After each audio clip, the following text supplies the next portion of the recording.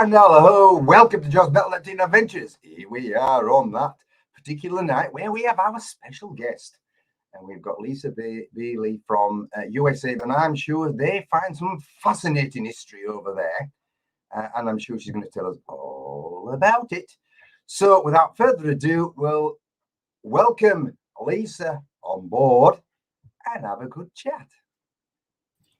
Hello and welcome, Lisa. Hi, I'm from outside of Philadelphia. Oh, okay. Sorry, that's fine. So when did you start detecting then, Lisa? Oh, I would say now we're going on at least 12 to 13 years already. Wow, okay. What was your first machine? Oh boy.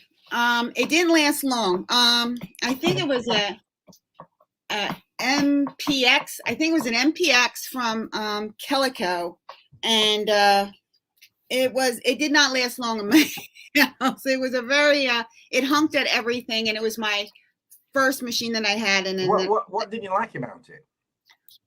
It was a Christmas gift. It was a lower budget machine, and it was something that I was saving for the Fisher F75 because I was watching videos after videos on YouTube, and they talked about, I never held a metal detector before, and they were saying how light it was and how fast it was, and recovery speed. And at that time, that was all speaking Greek. I just heard, it just fascinated me. That machine fascinated me. So I started hunting my yard. That was the first thing I did. It was a Christmas gift, and that's what I did. And I came in and I said to my husband, I said, this thing's a piece of junk. I didn't want this machine. I wanted this F75 Fisher, and it's hunking all over the yard, and there's something wrong with it. So my husband went outside, and he came in, and he's like, threw a silver quarter on the table. And that led to, okay, well, maybe there's something to this. So I ended up digging hole after hole in my yard. And this is a true story. I had an unbelievable first time ever swinging. I will never, ever be able to duplicate that in my life. My house is built in the 1950s. This was all built in the front of my yard where most of the stuff was found. And there were coins dating back from the 1700s to the 1800s. Oh, nice. So that was a crazy first time ever swinging a detector. And I remember it was late at night, and it was ice cold, freezing outside, and we had a hole, and we were just pulling out copper coins, just pulling them out under a tree root. Hey, that's good. Believe me, even in England, it's nice. Well, I started with that, and within a month, I had a Fisher F75. I had a bliss tool. Oh, hey, difficult machines. It is a good machine when it works. That's the thing. I had a bliss tool. I won a Garrett ATX recently, and I haven't been able to play with that. What was it? Waits. What's yours? Coinmaster? TDI. Waits TDI, and the other one? MXT. Oh, an MXT. That's right. Those are my husband's machines. Yeah. And then I just got a Deus. We have Safari. Oh, the two. And I have Safari. I know. I just got. It was a Christmas present. So you still got the Fisher 75 then? Yeah, I'll never get rid of that because, like, it's funny that the way you just spoke. When I first got the Fisher, a lot of people said they didn't like it was too chatty, but I took the time for 2 years, and when I tell you I dug everything over and over again. And what I started to develop was listening. I started learning a new language. Yep. And that's how I interpret it, how it spoke to me, the sound, something old from something modern. You see what I'm saying? There's a different sound when something's old. Exactly. And I knew its language. So now with the Deus, the problem is I don't know the language. It's like speaking another language. I don't know the tone. With the Deus, the numbers that I would normally dig on the Fisher are not the numbers that I'm finding out on the Deus. It's totally different. So numbers that I would think it'd be good numbers on the Fisher 75 would not be good numbers on the Deus. That's what I'm learning. So I don't even have, I only have, a few hours on it. You know what I mean? Not long enough to even begin to know its language. That's what I'm. A few days. I think probably you can. I think you can. I'm pretty. Yeah. I think we were looking at new headphones because I ended up getting Grey Ghost. Yeah, well, Grey Ghost are brilliant. Now, what is the history around your area then, Lisa? You know, just where you were. I know you mentioned your backyard, but yeah, I'm right outside of Philadelphia. So we have a bunch of Revolutionary War, colonial all over us. We don't have that much Civil War because there really wasn't any skirmishes near. Okay. You know me. I mean, I'm not anywhere near Gettysburg or anything like that. Okay. Yeah, and that's all national land up there. Unless you're on a private farm, you wouldn't be able to detect anywhere near national land. You could be in a lot of trouble. And I don't. The only thing I found on my property around that time would have been it's a nail and it's a cavalry ring. So it's a nail. Oh, can you get up to the camera? And then they made a ring. Oh, I gotta go this way. I gotta go opposite what I'm saying. And see, there's the head. Put it in front of the camera. Actually, put it in front of the camera. There we go. And there you go, like that. Right, yeah. Right. I see. So that was for the cavalry. That I found in my yard. Right. So you never know what, You never know what you got. Well, just tell us a little bit about the history, further history around your area. So, how far is it? Is it George III? Is it, is a lot of colonial stuff? Or? A lot of colonial stuff. It's a hodgepodge. It's a mixed piece. A mixture of all sorts of everything. Yeah. Different cultures. What period of cultures have you got? Portuguese? Have you got Spanish? What have you got? Is it mainly English colonial or? British colonial, a lot more British colonial than anything, I would say. Yeah. Okay. And what's the oldest then couple of coins you found there? Then go this way. I gotta go the opposite way, but I don't know if you could pick that up. I don't think we can. No. I actually thought it was a button, but it's a rose farthing. All right. Yeah. So that's from 1636 to 1642. That is old. That's artifacts and coins to show us then. Sure.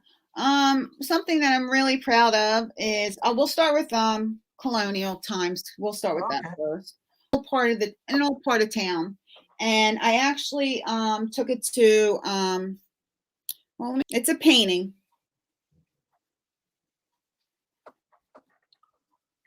You see her? Can you see her? I think you just about see something. Yeah. Oh, how old is that then? Well, I contacted the Philadelphia Art Museum because it's a miniature portrait. Yeah. So I know there was James Peale was really prominent at that time, colonial time. So I thought, oh, maybe I found a Peale, but she referred us to, where did I go? They referred us to the just of Philadelphia. And they took a look at it, and she said that it is French origin, early 1700s. That is nice, honestly. Is it in a silver frame?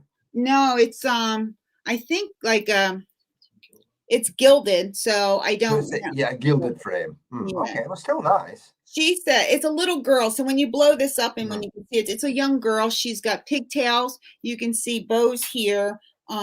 She's very small frame. She had big blue, pretty blue eyes. She's it's a memory thing, isn't it? It's probably the parents carried this with them or something. That's what she said. She thinks it was on some type of box. So that would have been. It might be on a pendant. Or a pendant. I would have thought. She said by the way, the archaeologist said by the way that the bottom of it's flat, it would have been encased in a jewelry box or that type of thing. Oh, right. Yeah. That's what she said. So it would have been like a child. It would have been something personable. Yep, yeah. On a jewelry box or something, or her own jewelry box with a picture. Found a Revolutionary War French Marine button. Oh. And where this was at, it was General Washington and Lafayette.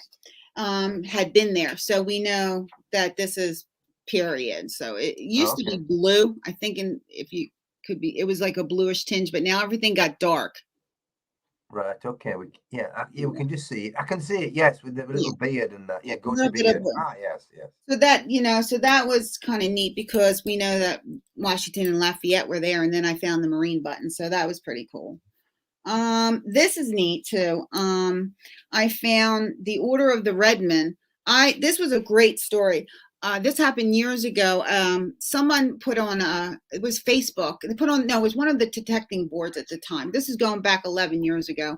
And they said they were asking for 2 men and 2 women to come on their property, that they had an historical house from the early 1700s, and that he's been detecting it for years, but he was allowing 2 females and 2 males to come on. And if we found any caches, we would split them, but any individual finds, you're welcome to keep.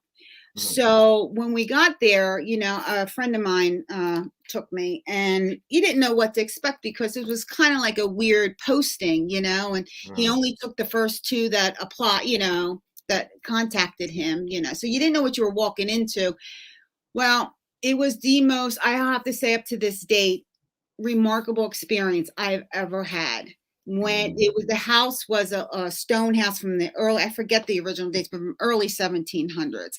And he's been refurbishing it. And when I tell you refurbishing it, he lived in another home. So when he took out floorboards, he was refurbishing that board to a T. It was amazing. And when we got there, he had these cafeteria long tables outside. He had bags of large cents that he found in the walls. I mean, bags of Indian beads. I mean, museum quality. I mean, absolutely stunning stuff I would never find in a lifetime. Well, his property was not that large, and right where his backyard butted up to was George Washington's encampment. Wow. So that was national right up his back, to his backyard. And then he was residential. So he let us come on anytime we wanted. And at the time I just started detecting. So like now I wish I would have stayed in that section longer. I believe now I was in a trash pit, because I was pulling out like china fragments, and stuff like that. So I knew I was in some type of trash pit area. And I started hearing like copper sounds, and I was looking at my VDI. So I ended up pulling out, it's the Order of the Redmen. Let's see, we got to go this way. Let me see. Get it this way. Yep. So which used to be the Sons of Liberty. Right. Okay. Oh, lovely. Yeah. Oh, got it. Yeah. Oh, that's nice. That's an Indian. And then it has a little chain, and then it has Indian, the same, logo all the way across. So I have one. So you have the main medallion, and then you have 4 of these that broke off, and this is what I pulled out. So we contacted the Order of the Redmen. They have a headquarters or an office up in Texas, and they said they never seen anything like it. Wow. So the Order of the Redmen, before they were that, they were the Sons of Liberty. And they believed that was our founding fathers, like a secret society, and that was part of the Tea Party, the British. Yeah. So they believed like Washington and Jefferson were all part of the secret society. So they believed that this was some type of like a ceremonial decorative, like pendant of some kind. Yeah. So that was pretty cool. Let's see here. We're stuck in some. Have you got any silver to show us, Lisa? Oh, silver coins. I forget. See, I have to see where my film is. Oh yes, nice. These were found in my yard. This one. Oh yeah. What? You can tell us what it is, because I don't know. I think it's 1800s. I think. Oh yes, lovely. Yes, I've seen a couple of them. Nice. I have some 1900s. These are beautiful. These are walking. I think it's just a Walking Liberty. They're beautiful. Oh yeah. Oh, they're beautifully designed. Well, tell me. I think this is George the Fourth. Yeah, George the Third. Third. Okay. You can see. Can you? In fact, look in the left hand side by his head. Look by his head, and there's like, is it 4 digits or 3? Oh, it's 4. It's 4. So it's George IV then. Yeah, that's what I said, the 4th. We should have these marked. Oh, that's yeah, George III, bullhead. We call them bullheads because it's like a bullhead, you know. Yeah, Okay. and it's 1816. He doesn't look too attractive though. No, well, it's because he put a lot of weight on because of eating a lot. Yeah, he ate good. Let's see, that's too flat. Yeah, there were a lot of cartoons taking really the mick out of him in that time, you know. Get really soft and flat. You don't know what they are. No. You know. Just put it up again. Let's have a look. Oh yeah, turn around. Yeah, I can see it. Go on. Yeah. No. Look back again. Yeah, it's George III bullhead again. Yeah. And then I found, well, this one's from, this one I know. 1924. I did get that out of a park.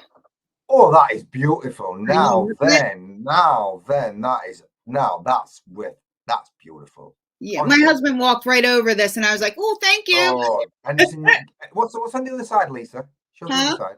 What's on the other side? No, the other side. On the other side. Turn it around. That is honestly. I mean, I'd be over the moon to find something like that. I really would. That's beautiful. It's a big coin. Yeah, it is. What is it? $1? It's a $1. It's a Morgan. Oh, it's a Morgan dollar. George III. George III halfpenny. Okay. George III halfpenny. Yeah, it'd be 1806, something like that, I should imagine. Or maybe slightly earlier. Yeah, see, that's the thing is, I think that the money I found, it breaks into 2 categories. The 1700, because I found so much of it, I think it could have been maybe, I live on the oldest road in my county. This is, you learn from research. So it could have been a toll road. It could have been I don't know, like a mill. It could have been anything. There was a mill down the street. Yeah, so we don't know, but let me see the photos. But the adult was obviously a lot of people traveling on it, so they were journeying. So the 1800s, this is where I live. This would have been my property. All right. So this was all Civil War, post-Civil War National Guard. Yeah, nice. So that's why I think all the 1800 coins came from it. And yes, definitely. You had a lot of activity there in that period. Yeah. Hey. Oh, she's got one. Beautiful. Somebody used it as a pendant, didn't they? Look, they put an hole in it. Yeah, that's got. It's lovely to find gold, isn't it? Yeah, I found this. I was detecting. I had this on YouTube channel under my LCB 24KT. This we actually caught this on film when I found that. We filmed that. So what got me into it has a hole. So what got me into the it has a hole in the dot in the coin. Yeah, that's because you'd use it as a pendant. Well, no, we found a coat button with it. A flip button. So I think they sewed that. The coin was sewn with that button. That's what I was told. What would have been? It would have been somebody's. You know, they would have sewed it in their coat, and that's why the hole's there. You know, I see. They probably sort of, you know, for when they're traveling up and down, sewn it inside the coat. So when it comes to, so they don't get robbed. That's what one of the coin dealers told me. That's what they think it was from. And then they asked me, I did take it to a jeweler that specialized in, old coins, and he asked me if I wanted to fill in the hole, and I said no. That's the history of it, isn't it? Really? Yeah. So, like I said, I'll never. That was in 3 years of just detecting. I find out, and I do know that people detected, years and years and never found one. So I know that's kind of like lucky. I've had some really good luck over the years. You've done well. Now when you actually picked up the gold coin on your machine. Did you have a low number on it?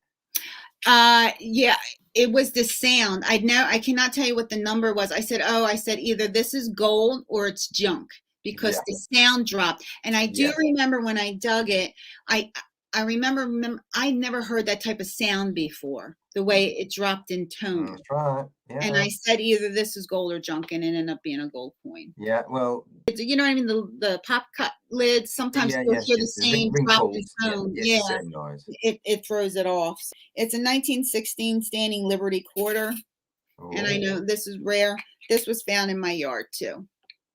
And the dealer offered me money for this, but no, I won't sell this. I'll never sell this. So yeah, that's lovely. Have you got you've got to show both sides if you can, Lisa. Okay. Let's see. I see. I got to go backwards. There you go. That's it. It's like an eagle's wings there flying. That's it. Yes. Yeah. Yeah. Perfect. So we know. That's really cool, and I will never sell that. I don't sell my finds, and not what I would sell it. The only thing I ever sold once, I did find a gold ring a few years back. I was standing on a hill with a bunch of people from my club, and I didn't find anything all day. And it was a number that I would never have dug. Now I dig all these numbers on the Fisher. That's a solid 41, and it just popped. It was a big, ugly man's ring from the 70s. It was so much of a beach hunter. You know, I'm scared of the ocean, so I'll never go in the water. But we went around out, I'd say about 11 o'clock at night, and they were raking the beaches. And I went in front of the high-rise hotels, and I saw it was pretty far down in my sand scoop. I kept scooping out sand, and then I saw they were coming by to rake, and I could see the light because they had a headlight on the tractors they were driving, and I saw this thing drop, and I knew it was gold. It has little sparkles, diamonds to it. Somebody's earring. Oh yeah. So I'm gonna make a pendant. Yeah, I'm gonna make a pendant out of it. Yeah. That's what I'm gonna do. I'm gonna make a pendant out of it. Have you got any stories about when you went off? When you went out, detecting stories. What have you got? Any sort of like? Oh God, plenty. Stories. Well, be careful. I always tell you, be careful when you're detecting. If you ever see a down tree, go around the tree. Don't step over the tree, because I stepped over the tree and I got my leg caught, and I snapped my ACL in half. So ooh, painful. Be careful with that. If you see a barbed wire, cables, like silver cables, the electric fence. Avoid them. Yeah, I had no idea there was an electric fence, and I touched that electric fence, and I was, no, don't ever do that. Okay. Yes. That. Walking over a dead body or something. Oh yeah, well, we worked with Philadelphia Search and Rescue one time. It was an unfortunate situation where someone committed suicide, and they were looking for their personal effects. And we were broken into parts, different pieces of the park, and taken by different search people to try to locate her. And they did find her personal effects, buried in the ground. The only thing I did find when I was there, it came apparent to me that I was not with the searcher that was going to search anywhere near the body was. She didn't know how metal detectors worked. She thought you just turn it on and it tells you where to go. It's not that easy. No. So I figured that she was not taking me to the location where the body was, because you know what I mean? I was not with that part of the group. But when I was walking down a path, I was just swinging my detector, and my detector hit on the side of a pathway, and that's when I found the let's see where she is. I marked it, and then when we were done with the search and rescue, they're like, "Where are you going?" I said, "I'm going back to get my coin." So I found a 1792 French Solace. Oh yes. That's a big one, isn't it? Yeah, I found that right in the ground. Yeah, I found that. So I mean, that was a strange story. I'm there to help out. Yeah. Okay. Let's see. I have a Druid coin that's counterfeit, the coin dealer said. So that was usually silver looking. Yes, I've had one. Bronzy looking. Yeah. Oh yeah, I've never seen one of them. Mm-hmm. Copper and all. Mm-hmm. He thinks it's counterfeit. Just turn it around. I don't think it is. Turn it around. Turn it around. No, it's not counterfeit. We call them coin chain tokens, or I'd like a token. But well, have you got any more coins to show us? And then we'll probably have to wrap up there. Then I have a cool artifact. I was down with I go to Digging in Virginia twice a year, which is an organization in Culpeper, Virginia. John and Rose Kendrick, they host that. And you get to hunt Civil War relics. And well, I found this and I didn't think much of it. I put it in my hand and it looked like it was in a clay of dirt, and it just kept going off my pinpointer. I just thought it was like farm junk, you know, and stuff like that. And I just left it in my bag and came home, and months later it's rolling around in my bag, and I'm detecting, and it never fell out, and I had no idea it was in there. So I came home and I dumped my bag out, and all of a sudden I heard thump, and all the dirt came off because it's been rolling around in my bag for months. And here, what it is, it's pretty cool. It's a Civil War bullet, and they carved it into gambling dice. Oh, a dice! No, that's nice. Oh, yeah. Cool. And then my husband found what a bit of history. And what's that one? A poker chip from a bullet. So that's pretty cool. Brilliant, isn't it? Is there any design on the back, on the other side? There? No. There's something scratchy. We don't know. You know something? I found a lot of these, and I just thought they were junk. So now I know. I think I know what they might be now. I've learned something. They could be game pieces, you know. It's got to be. Oh wow! I just realised what they are. It's really thick. Yeah. Oh yeah. I found loads. Yeah. So now I know what they are. Oh boy, do I wish I hadn't thrown them away. And then, this was crazy. Back in I actually, where's the photos? I actually ended up being in a magazine over this one. Oh, okay. Well, this was an unbelievable story. I have two good friends that I met in Digging in Virginia, Glenn and Craig. And I came up to them, they were digging in a pit. And I said, "Oh, what do you have there?" And I said, "Oh, they think we have a bottle." And I said, "Oh, I never dug a bottle before." And they said, "Girl, get down here. I'm going to teach you." And I was a nervous wreck. I was absolutely nervous wreck because I never dug a bottle. And I know it can be very tedious, and they take a little bit of dirt each time because that bottle's very fragile. And, you know, and you had to watch falling. So you're talking half an hour digging a bottle out. I was sweating out. Oh. And they gave it to me. Oh, that's nice. And that's really, is that sort of like early 20th century then, or? Yes. What period would you say that is? Oh, 1800, Civil War period. Oh, Civil War, yes. It was inside an encampment, so they were probably drinking and getting sloshed, you know, in that bottle. So, I mean, that was a wonderful experience, you know.